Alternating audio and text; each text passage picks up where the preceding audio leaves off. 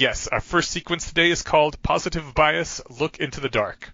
I just want to make sure that is the one we're on, because I missed last week, but then you didn't do last week's. I think we're doing, Positive Bias and Say No to Complexity. Okay, good. All right.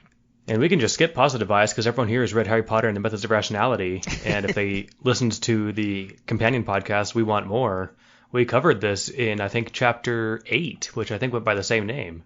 So I think we could do it again, though, because... I'm just kidding. Yeah. Okay.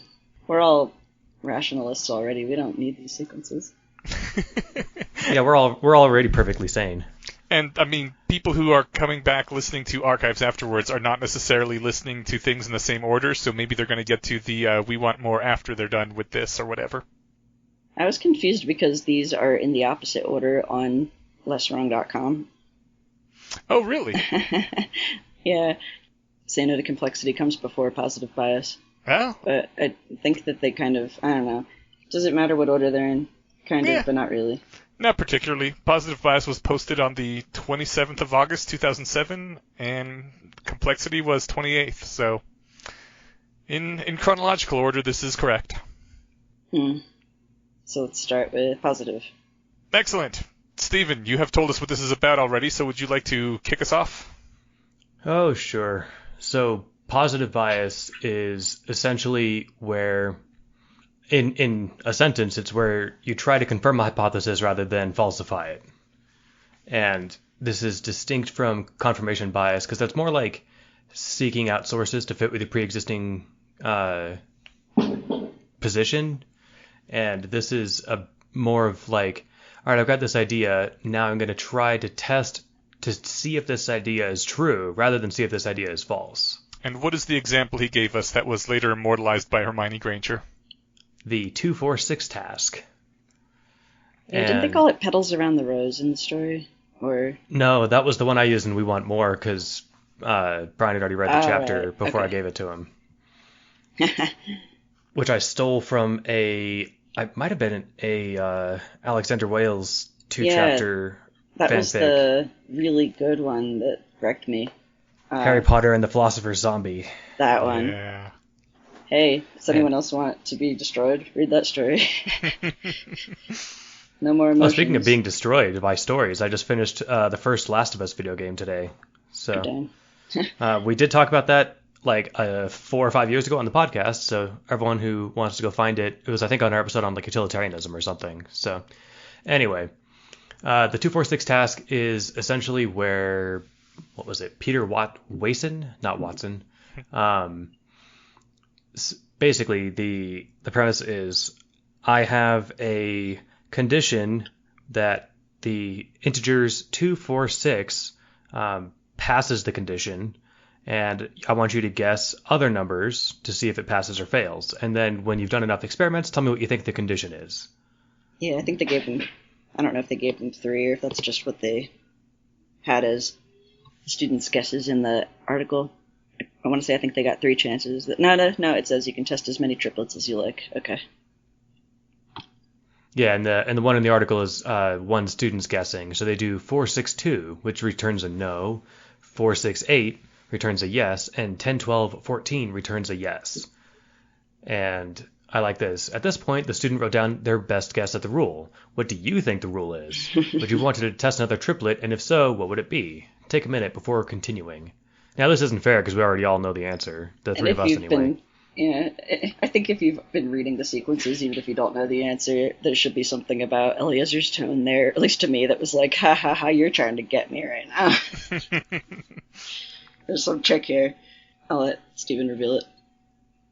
Oh, well, I guess before I give the answer, it was, I think the replication of that study shows that there's a success rate on the first guess of about 20%, which means that 80% of people think they've got it, and they haven't. So the rule is the 3 numbers must be in ascending order, and it's that simple.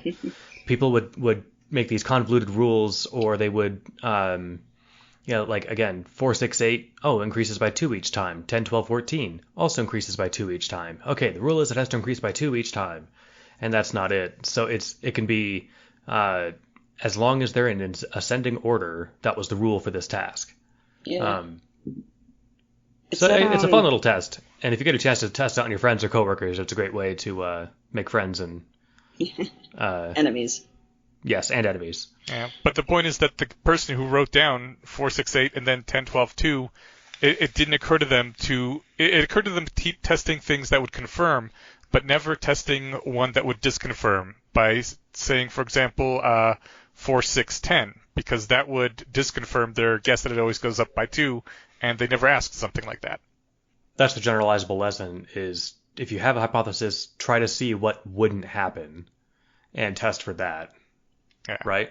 Yep. Yeah, I liked that, it's further on in the article, but there was a really good line that I want. Yeah, here it is. We ought to think about both positive and negative examples. Which automatically pops into your head? You have to learn wordlessly to zag instead of zig. You have to learn to flinch toward the zero instead of away from it. And that's hard. Like, rationality is not easy, because it does mention this is like, I got this wrong. Or I think he says that he got it wrong when he tried it. Yes, I he remember did. That was in the next. Yeah.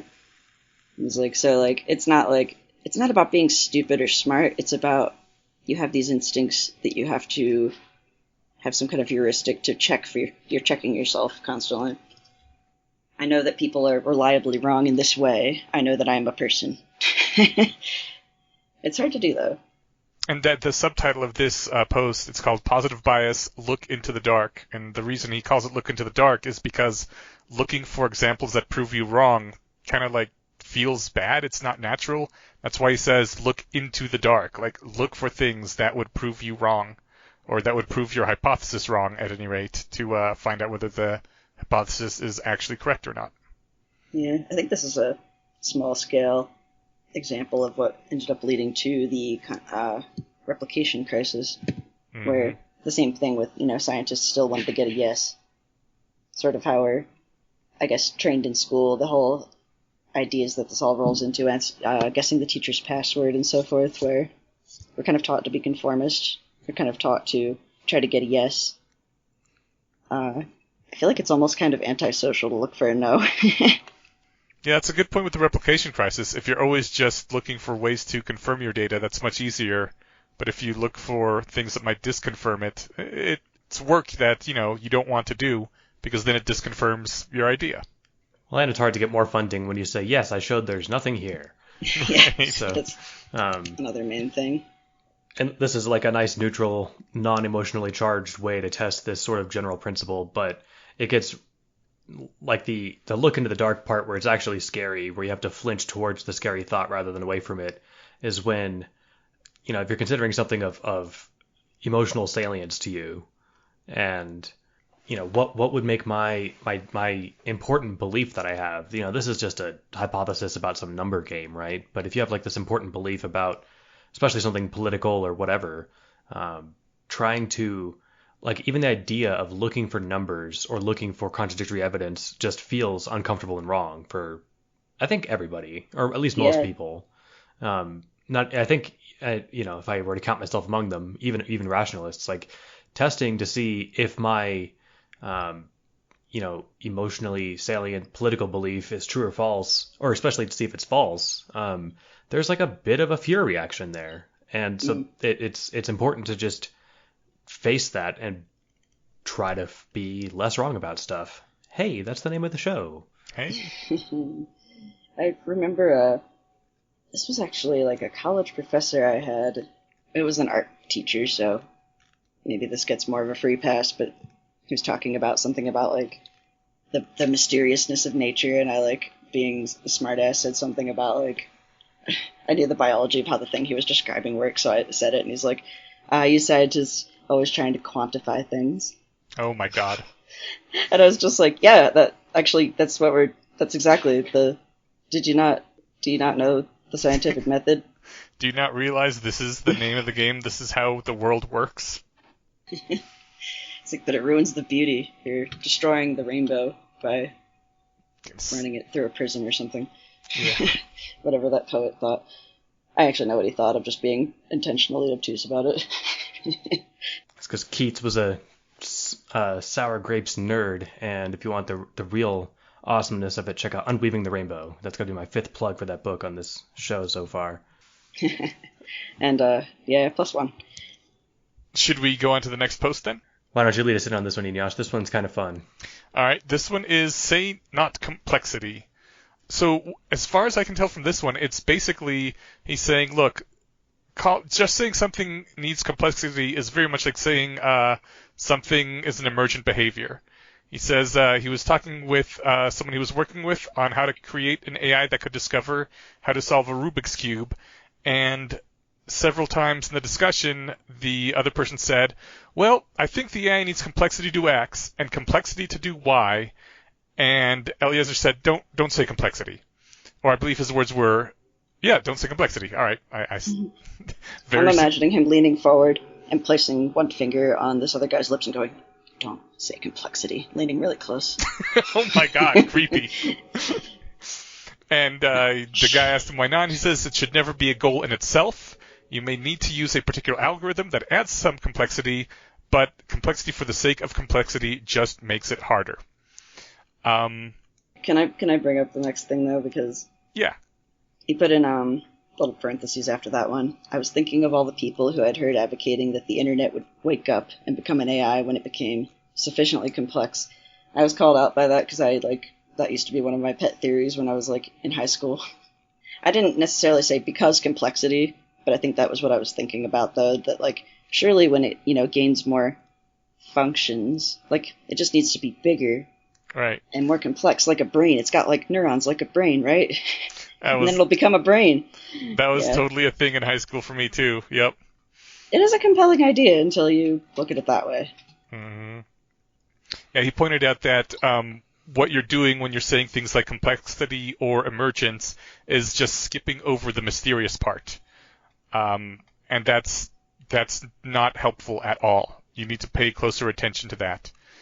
And is this the one we said? Yeah, this is the one where they introduced magic.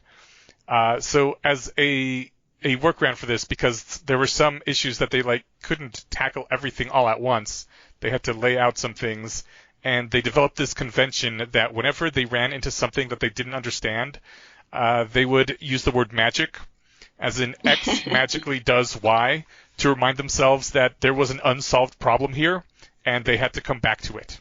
And that was, they were like, if you use the word complexity or emergence, that can hide the issue. But if you say magic, then it's really obvious that there is something missing here that you need to go back to later.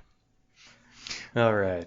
Well, I think that covers these two. Yes. Did you guys have anything to add? I think that was pretty thorough. Yeah, I think I'm good. Okay. For next time, we are covering the posts My Wild and Reckless Youth and Failing to Learn from History. Spoiler alert, My Wild and Reckless Youth is not nearly as sordid as it sounds. I don't know. Depends how you feel about epistemic hygiene.